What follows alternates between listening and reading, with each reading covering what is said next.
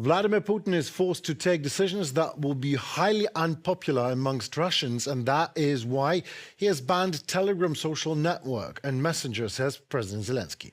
According to Zelensky, this decision could be a sign of both Russian dictators' readiness to end the war or, on contrary, escalation, and new wave of mobilization following. Both decisions equally unpopular amongst different social strata, as both are demonstrating Putin's weakness.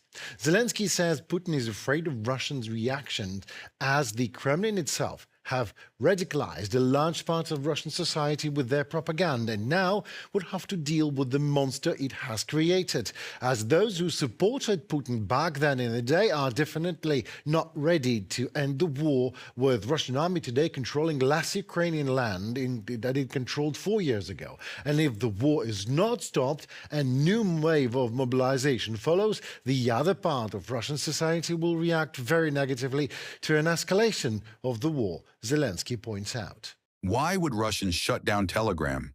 I think it's to push through unpopular decisions, possibly ending the war in one format or another, or on the contrary, escalating it. In that case, it would mean even broader mobilization.